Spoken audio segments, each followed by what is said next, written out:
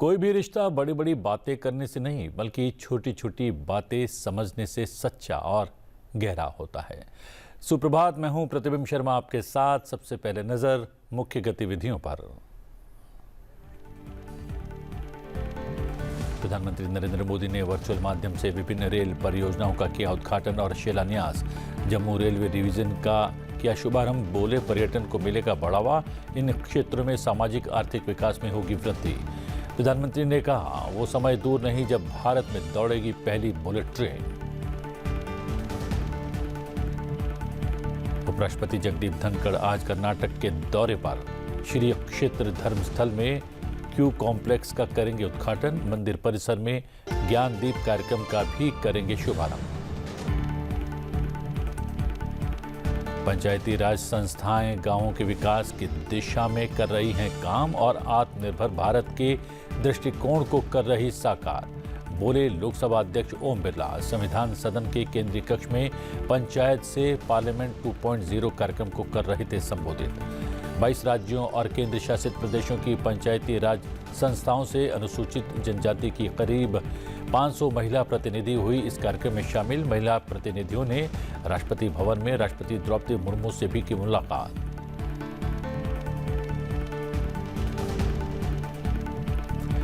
केंद्रीय गृह मंत्री अमित शाह आज नई दिल्ली में सीबीआई द्वारा विकसित भारत पोर्टल का करेंगे शुभारंभ।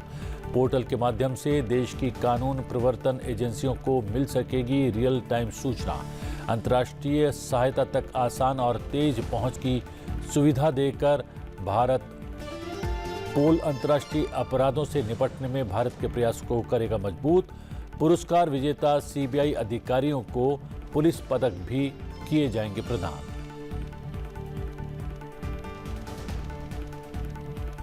भारत में HMPV के मामले सामने आने के बाद केंद्रीय स्वास्थ्य मंत्री जेपी नड्डा ने कहा, सरकार स्थिति पर करीब से नजर रख रही है और चिंता की कोई बात नहीं। बोले HMPV कोई नया वायरस नहीं, देश में किसी भी सामान्य श्वसन वायरस रोग जनकों में कोई वृद्धि नहीं देखी गई।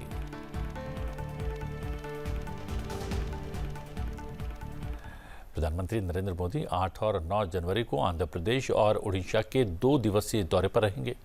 इस दौरान प्रधानमंत्री कई अहम विकास परियोजनाओं की आधारशिला और रखेंगे और उसका उद्घाटन करेंगे। प्रधानमंत्री 8 जनवरी को आंध्र प्रदेश के विशाखापत्तनम में 2 लाख करोड़ रुपए से अधिक की परियोजनाओं का शुभारंभ करेंगे। इसमें पुदीमदक्का में ग्रीन हाइड्रोजन हब की आधारशिला रखना प्रमुख रूप से शामिल है। यह परियोजना भारत में हरित ऊर्जा उत्पादन की दिशा में एक बड़ी पहल है, जिसमें करीब 1.85 लाख करोड़ रुपए का निवेश होगा। इस ग्रीन हाइड्रोजन हब में ग्रीन मेथनॉल, ग्रीन यूरिया और सतत विमानन ईंधन का उत्पादन किया जाएगा। प्रधानमंत्री रेलवे और सड़क क्षेत्र में 19,500 करोड़ रुपए की लागत वाली परियोजनाओं को राष्ट्र को समर्पित करेंगे। इसमें विशाखापत्तनम में दक्षिण तटीय रेलवे मुख्यालय की आधारशिला भी रखेंगे, जो क्षेत्रीय कनेक्टिविटी को मजबूत करेगा। इसके अलावा अनकापल्ली में बल्क ड्रग पार्क और तिरुपति जिले में कृष्णापट्टनम औद्योगिक क्षेत्र की आधारशिला भी रखी जाएगी। बल्क ड्रग पार्क हजारों रोजगार के अवसर पैदा करेगा, जबकि औद्योगिक क्षेत्र क्षेत्रीय विकास और विनिर्माण में योगदान देगा।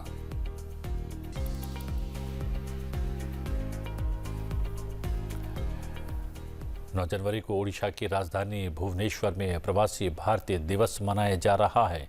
इस कार्यक्रम में राष्ट्रपति द्रौपदी मुर्मू और प्रधानमंत्री नरेंद्र मोदी शामिल होंगे। प्रधानमंत्री 9 जनवरी को सम्मेलन का उद्घाटन करेंगे, वहीं राष्ट्रपति इस कार्यक्रम का समापन करेंगी।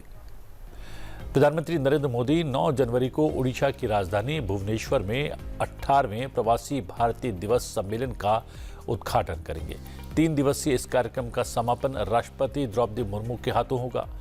इस 3 दिवसीय सम्मेलन में कुल मिलाकर स्थानीय प्रतिभागियों सहित 7,500 से अधिक लोगों के शामिल होने की उम्मीद है। सम्मेलन का विषय विकसित भारत में प्रवासी भारतीयों का योगदान है। सम्मेलन का समापन 10 जनवरी को राष्ट्रपति द्रौपदी मुर्मू के समापन भाषण के साथ होगा। साथ ही राष्ट्रपति प्रवासी भारतीय सदस्यों को उनकी उपलब्धियों को मान्यता देने के लिए प्रवासी भारतीय सम्मान पुरस्कार 2025 भी प्रदान करेंगी।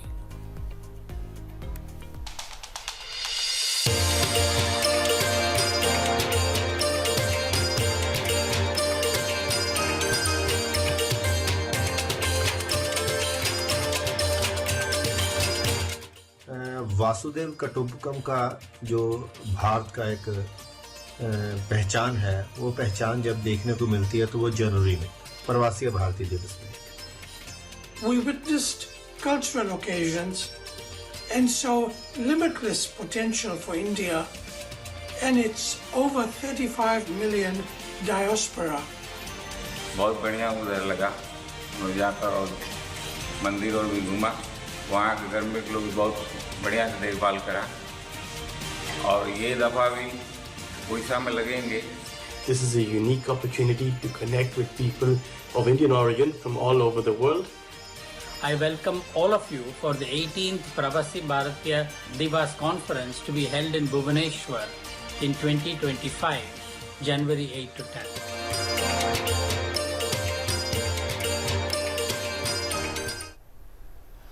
भारतीय मूल के अमेरिकी व्यवसायी और माइक्रोसॉफ्ट के सीईओ सत्य नडेला ने सोमवार को पीएम नरेंद्र मोदी से मुलाकात की।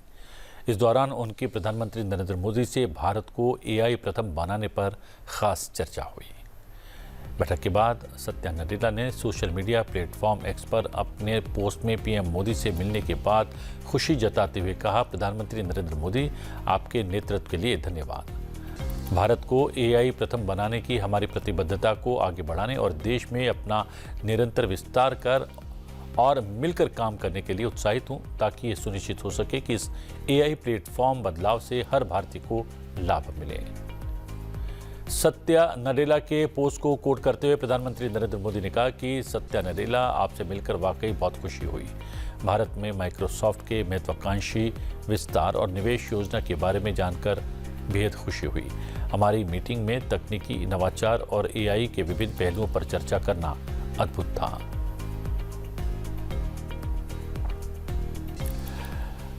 अमेरिका के राष्ट्रीय सुरक्षा सलाहकार जैक सुलिवन ने सोमवार को प्रधानमंत्री नरेंद्र मोदी से मुलाकात की। प्रधानमंत्री मोदी और सुलिवन ने पिछले 4 सालों में भारत अमेरिका ग्लोबल रणनीतिक साझेदारी यानी ग्लोबल स्ट्रेटेजिक पार्टनरशिप, विशेष रूप से टेक्नोलॉजी, डिफेंस, स्पेस, असैन्य परमाणु, स्वच्छ ऊर्जा, सेमीकंडक्टर और आर्टिफिशियल इंटेलिजेंस जैसे प्रमुख क्षेत्रों में प्रगति पर चर्चा की। प्रधानमंत्री नरेंद्र मोदी ने एक्स पर मुलाकात की तस्वीरें शेयर करते हुए लिखा, अमेरिका के एनएसए जैक सुलिवन से मिलकर खुशी हुई। Bharat America global strategic partnership ने टेक्नोलॉजी, डिफेंस, स्पेस, बायोटेक्नोलॉजी और आर्टिफिशियल इंटेलिजेंस के क्षेत्रों समेत नई ऊंचाइयों को छुआ है। प्रधानमंत्री ने कहा कि हमारे लोगों के लाभ और वैश्विक कल्याण के लिए दोनों लोकतंत्रों के बीच संबंधों में इस गति को आगे बढ़ाने के लिए हम तत्पर रहें।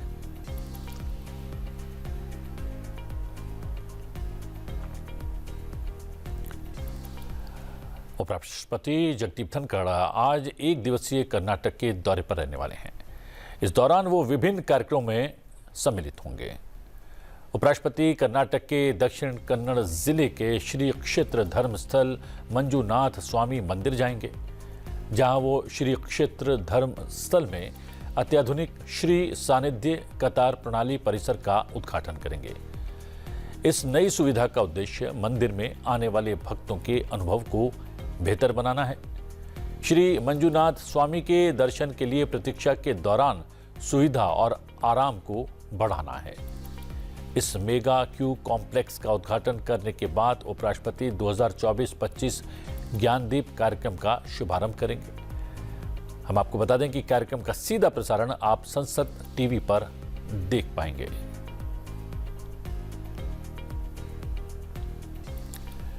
रेलवे कनेक्टिविटी बढ़ाने के लिए केंद्र सरकार लगातार फोकस कर रही है। इसके तहत जम्मू कश्मीर के लिए भी रेल परियोजनाओं की शुरुआत का सिलसिला लगातार जारी है। इसी कड़ी में कल एक और अध्याय जुड़ गया।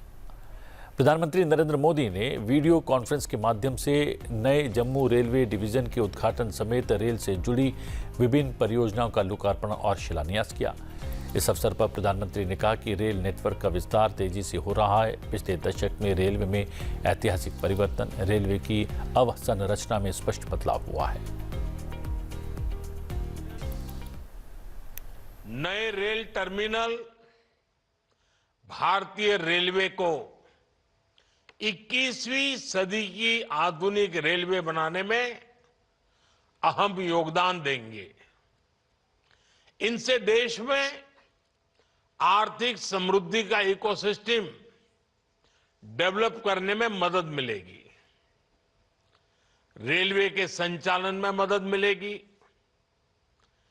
निवेश के ज्यादा मौके बनेंगे और नई नौकरियों का सृजन भी होगा।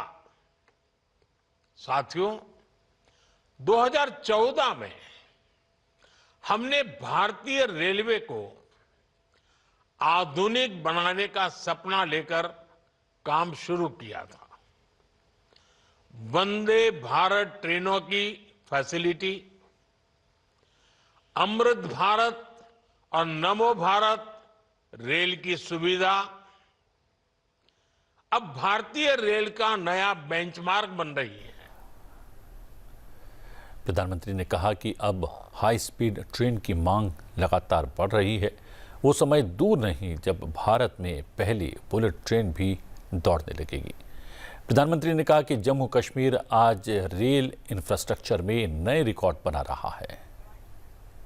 साथियों, हमारा जम्मू कश्मीर आज रेल इंफ्रास्ट्रक्चर में नए रिकॉर्ड बना रहा है। उधमपुर श्रीनगर बारामूला रेल लाइन, इसकी चर्चा आज पूरे देश में है। ये परियोजना जम्मू कश्मीर को भारत के अन्य हिस्सों के साथ और बेहतरी से जोड़ देगी। इसी परियोजना के तहत दुनिया का सबसे ऊंचा railway arch bridge, Chenab bridge का काम पूरा हुआ है। अंजी खड्डू ब्रिज, जो देश का पहला केबल आधारित रेल ब्रिज है, वो भी इसी परियोजना का हिस्सा है। जम्मू रेलवे डिवीजन के निर्माण से 742 किलोमीटर लंबे पठानकोट, जम्मू, उधमपुर, श्रीनगर, बारामूला, भोगपुर, सिरवाल और बटाला, पठानकोट और पठानकोट से जोगिंदर नगर खंडों को लाभ होगा। इससे रोजगार के अवसर पैदा होंगे, इंफ्रास्ट्रक्चर का विकास होगा, पर्यटन को बढ़ावा मिलेगा। इसके अलावा प्रधानमंत्री ने तेलंगाना में चारलापल्ली नए टर्मिनल स्टेशन का उद्घाटन किया। साथ ही पूर्वी तटीय रेलवे के रायगढ़ रेलवे डिवीजन भवन की आधारशिला भी रखी। इससे ओडिशा, आंध्र प्रदेश और आसपास के क्षेत्र में कनेक्टिविटी बेहतर होगी और क्षेत्र का समग्र सामाजिक आर्थिक विकास संभव होगा। लोकसभा अध्यक्ष ओम बिरला ने संसद भवन परिसर में पंचायत से पार्लियामेंट 2.0 कार्यक्रम का उद्घाटन किया। उन्होंने देश के विभिन्न प्रदेशों से भारत की संसद में आई जनजातीय समाज की महिला प्रतिनिधियों को संबोधित भी किया। लोकसभा अध्यक्ष ने कहा कि लोकतंत्र भारत की गौरवशाली धरोहर है। संसद और विधान मंडलों से लेकर ग्राम स्तर तक लोकतांत्रिक विकेंद्रीकरण हमारी विधायी शासन प्रणाली की अनूठी विशेषता है। भारत की विरासत, उसकी संस्कृति, उसके संघर्ष में महिलाओं का बहुत बड़ा योगदान रहा है। चाहे आजादी की लड़ाई हो, और उस आजादी की लड़ाई की पहली शुरुआत भी 1857 में हमारी रानी झांसी जी ने की, और उसके बाद इस आजादी के आंदोलन के अंदर संघर्ष में संघर्ष करने वाले स्वतंत्रता सेनानियों के पीछे भी महिलाओं का बहुत बड़ा योगदान रहा है। हमारे सामाजिक क्षेत्र हो, चाहे राजनीति क्षेत्र हो, चाहे विज्ञान का क्षेत्र हो, चाहे टेक्नोलॉजी का क्षेत्र हो, चाहे अंतरिक्ष का क्षेत्र हो, हर क्षेत्र के अंदर इस देश की महिलाओं ने इस देश के विकास में बहुत बड़ा योगदान दिया है।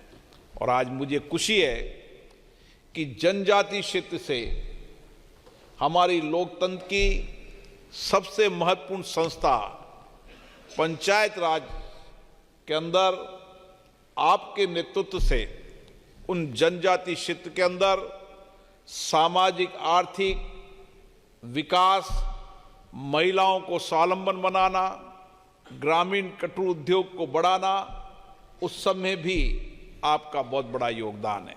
और इसीलिए पंचायत से लेकर संसद तक हमारी लोकतांत्रिक व्यवस्था एक विशिष्ट है। दुनिया के अंदर भारत ही एक ऐसा लोकतंत्र देश है जहां पर पंचायत में भी लोकतंत्र है और देश में सबसे बड़ी संस्था के रूप में संसद में भी लोकतंत्र। इसीलिए हम कहते हैं कि लोकतंत्र हमारी विरासत है, लोकतंत्र हमारी प्राचीन सभ्यता है, लोकतंत्र हमारे विचारों में, लोकतंत्र हमारे कार्यप्रणाली में का है। इसीलिए भारत को लोकतंत्र की जननी कहा जाता है।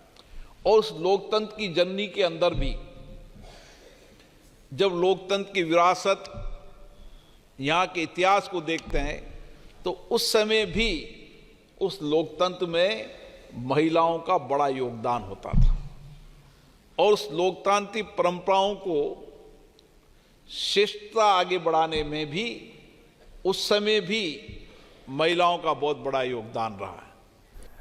इस अवसर पर लोकसभा अध्यक्ष ओम बिरला ने कहा कि धरती आबा भगवान बिरसा मुंडा की 150वीं जयंती के उपलक्ष्य में और संविधान अंगीकरण के गौरवपूर्ण 75 वर्ष होने के अवसर पर पंचायती राज प्रतिनिधि 500 से अधिक महिलाओं का लोकतंत्र के आस्था स्थल संसद में आना बेहद विशेष है।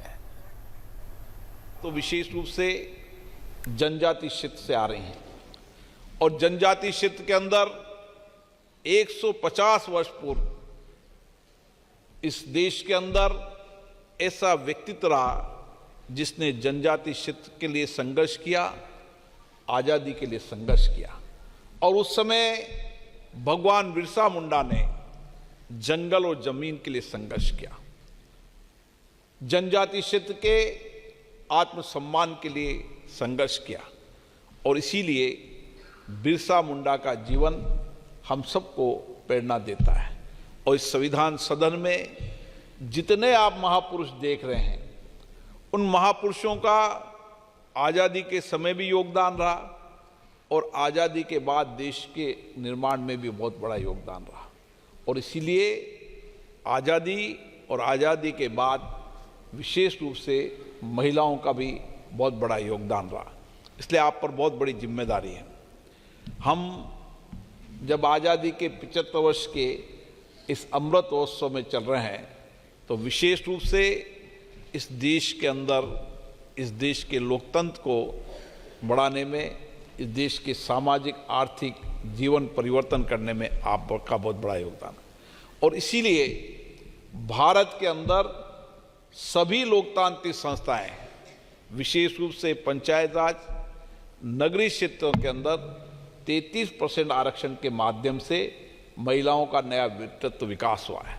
कई राज्यों के अंदर तो 50% से ज़्यादा महिलाओं का आरक्षण है, लेकिन जितना आरक्षण है उससे ज़्यादा महिलाएं पंचायत राज और नगरीय क्षेत्र में नेतृत्व कर रहे हैं। ये हमारे लोकतंत्र की ताकत है, ये महिलाओं की नेतृत्व की ताकत है। जहां पुरुष लड़ सकते हैं वहां भी महिला जनप्रतिनिधि ने लड़कर एक अच्छी शासन व्यवस्था कायम की है। पंचायत से पार्लियामेंट 2.0 कार्यक्रम में शामिल होने आए जनजातीय समाज की महिला प्रतिनिधियों ने राष्ट्रपति द्रौपदी मुर्मू से मुलाकात की। महिला प्रतिनिधियों को संबोधित करते हुए राष्ट्रपति ने कहा कि संविधान निर्माताओं ने महिलाओं को बराबरी का अधिकार दिया। हमारे लोकतंत्र की ताकत इसकी समावेशिता और प्रत्येक व्यक्ति विशेषकर महिलाओं के सशक्तिकरण के से निहित है। इस महत्व को पहचान कर हमारे संविधान निर्माताओं ने महिलाओं को बराबरी का अधिकार दिया। बहुत से विकसित देशों में महिलाओं को मताधिकार के लिए संघर्ष करना पड़ा था, लेकिन हमारे संविधान में बिना भेदभाव के वयस्क महिलाओं और पुरुषों को मताधिकार प्रदान किया गया है। पंचायती राज संस्थाएं हमारे लोकतंत्र की आधारशिला रही है। ये संस्थाएं जमीनी स्तर पर शासन और सामुदायिक विकास के लिए एक मंच प्रदान करती है। इन संस्थाओं में महिलाओं के लिए 1/3 सीटों के आरक्षण का प्रावधान किया गया है, जिससे उनकी भागीदारी सुनिश्चित हो सके। पंचायती राज संस्थाओं ने महिलाओं के सशक्तिकरण में महत्वपूर्ण भूमिका निभाई है। आज पूरे देश में लगभग 14 लाख महिलाएं पंचायती राज संस्थानों तथा ग्रामीण स्थानीय निकायों में निर्वाचित सदस्यों के रूप में कार्यरत है, जो कुल निर्वाचित प्रतिनिधियों में 40% है। इस भागीदारी को और सशक्त करने के लिए अधिकांश राज्यों ने आरक्षण की सीमा बढ़ाकर 50% किया है। केंद्रीय गृह मंत्री अमित शाह आज दिल्ली के भारत मंडपम में केंद्रीय अन्वेषण ब्यूरो यानी सीबीआई द्वारा विकसित भारत पोल पोर्टल का शुभारंभ करेंगे। इस अवसर पर केंद्रीय गृह मंत्री सीबीआई अधिकारियों और कर्मचारियों को पुलिस पदक भी प्रदान करेंगे। नया अत्याधुनिक ऑनलाइन मंच भारत पोल राज्यों और केंद्र शासित प्रदेशों के पुलिस बलों और केंद्रीय एजेंसियों को विदेश में छिपे भगोड़े व्यक्तियों या अन्य मामलों के बारे में इंटरपोल से सूचना मांगने के लिए अपने अनुरोध भेजने की सुविधा देगा।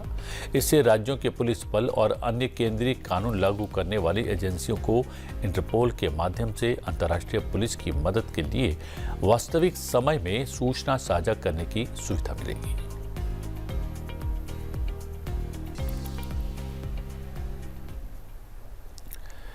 केंद्रीय शिक्षा मंत्री धर्मेंद्र प्रधान ने यूजीसी वी नियम 2025 का मसौदा जारी किया है, जिसके तहत यूनिवर्सिटी और कॉलेजों में टीचर्स और शैक्षणिक कर्मचारियों की नियुक्ति और पदोन्नति के लिए न्यूनतम योग्यताएं और उच्च शिक्षा में मानकों के रखरखाव के उपाय किए जाएंगे।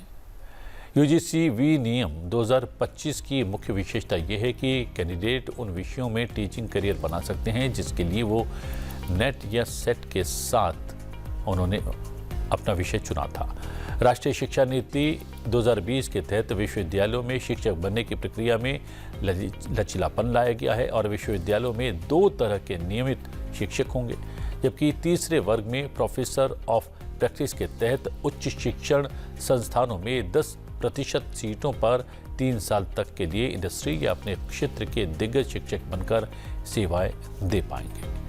ये मसौदा वी नियम एकेडमिक पब्लिकेशन और डिग्री कोर्सेज में भारतीय भाषाओं के उपयोग को प्रोत्साहित करता है।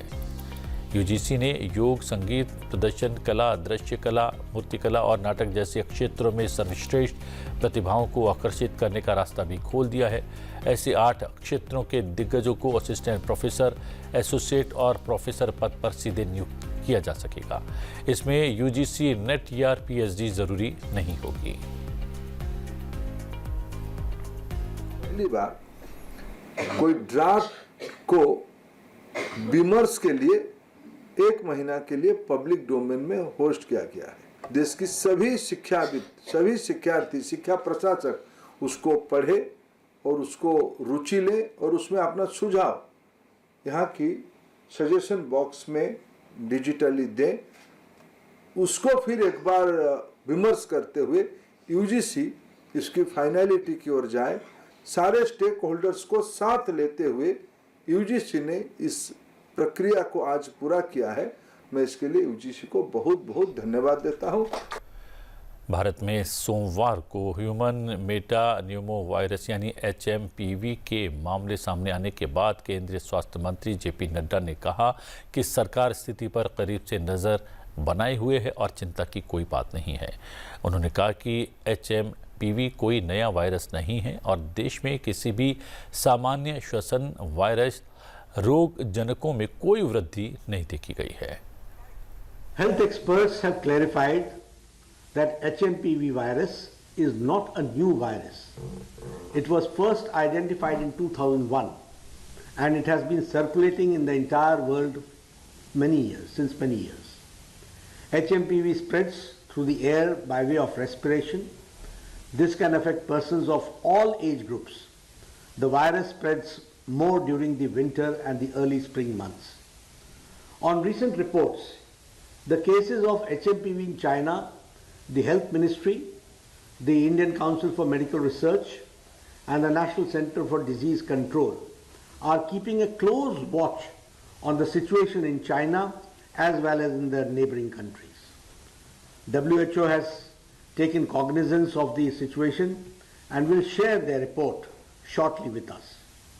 The country data for respiratory viruses available with Indian Council for Medical Research, ICMR, and the Integrated Disease Surveillance Program has also been reviewed and no surge in any of the common respiratory viral pathogens is observed in India.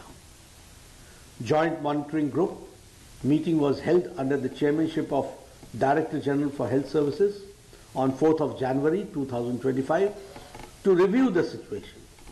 The health systems and surveillance networks of the country remain vigilant, ensuring the country is ready to respond promptly to any emerging health challenges. There is no reason to worry. स्वास्थ्य एवं परिवार कल्याण मंत्रालय के महानिदेशक professor doctor Atul Goyal ने भी HMPV को लेकर जनता को आश्वस्त किया है और उन्होंने कहा है कि घबराने की कोई आवश्यकता नहीं है। उन्होंने बताया है कि ये एक सामान्य श्वसन वायरस है जिसके हल्के लक्षण होते हैं। देश के अस्पताल मौसमी संक्रमण से निपटने के लिए पूरी तरह से तैयार हैं। खबरें चल रही हैं मीडिया में जिसमें ये कहा गया है कि चाइना में मेटान्यूमो वायरस का एक आउटब्रेक है और सीरियस है। हमें ऐसा नहीं लगता इन द सेंस कि यहाँ पे मेटान्यूमो वायरस एक नॉर्मल रेस्पिरेटरी वायरस है जो जुकाम जैसी बीमारी करता है या कुछ लोगों में फ्लू जैसे सिम्टम्स हो सकते हैं, खासकर जो बहुत बूढ़े लोग हैं या बहुत 1 साल से कम उम्र के बच्चे हैं। लेकिन ऐसी कोई सीरियस बीमारी नहीं है जिससे चिंता करने की ज़रूरत है। इन दिनों सर्दी के दिनों में रेस्पिरेटरी वायरस इन्फेक्शंस होते हैं और हमारे हॉस्पिटल्स और इंस्टीट्यूशंस इनको हैंडल करने के लिए तैयार हैं। बेड्स की भी अवेलेबिलिटी है, ऑक्सीजन वगैरह की भी अवेलेबिलिटी है। स्पेसिफिकली दवाइयाँ चाहिए नहीं होती बिकॉज इसके अगेंस्ट कोई स्पेसिफिक एंटीवायरल ड्रग्स है नहीं। जहाँ तक कि हमारे यहाँ का डेटा का सवाल है, कोई ऐसा बहुत ज़्यादा केसेस नहीं आ रहे हैं, ना तो हमारे हॉस्पिटल्स में ना ही हमारे डेटा में जो IDSP पे आता है, जो ICMR का डेटा है उसके हिसाब से नॉर्मल इंक्रीज जो सर्दियों में होता है वही है, उससे ज़्यादा सीरियस कुछ नहीं है। तो चिंता करने की आवश्यकता देश को नहीं है इस वक्त। तिब्बत और नेपाल में आज सुबह भूकंप के तेज झटके महसूस किए गए। दोनों देशों की सीमा से लगे क्षेत्रों में सुबह लगभग 6:30 बजे आए भूकंप की रिएक्टर स्केल पर तीव्रता 7.1 मापी गई है। भूकंप के झटके भारत के कई राज्यों में भी महसूस किए गए। इसकी जद में सबसे ज़्यादा बिहार आया। इसके अलावा असम, सिक्किम और पश्चिम बंगाल के कुछ हिस्सों में भी भूकंप के झटके महसूस किए गए। इस दौरान डरे सहमे लोग अपने अपने घरों से बाहर निकल आए। भूकंप का केंद्र लोबुचे से 93 किलोमीटर उत्तर पूर्व में था। फिलहाल किसी तरह के जान माल के नुकसान की कोई खबर नहीं है।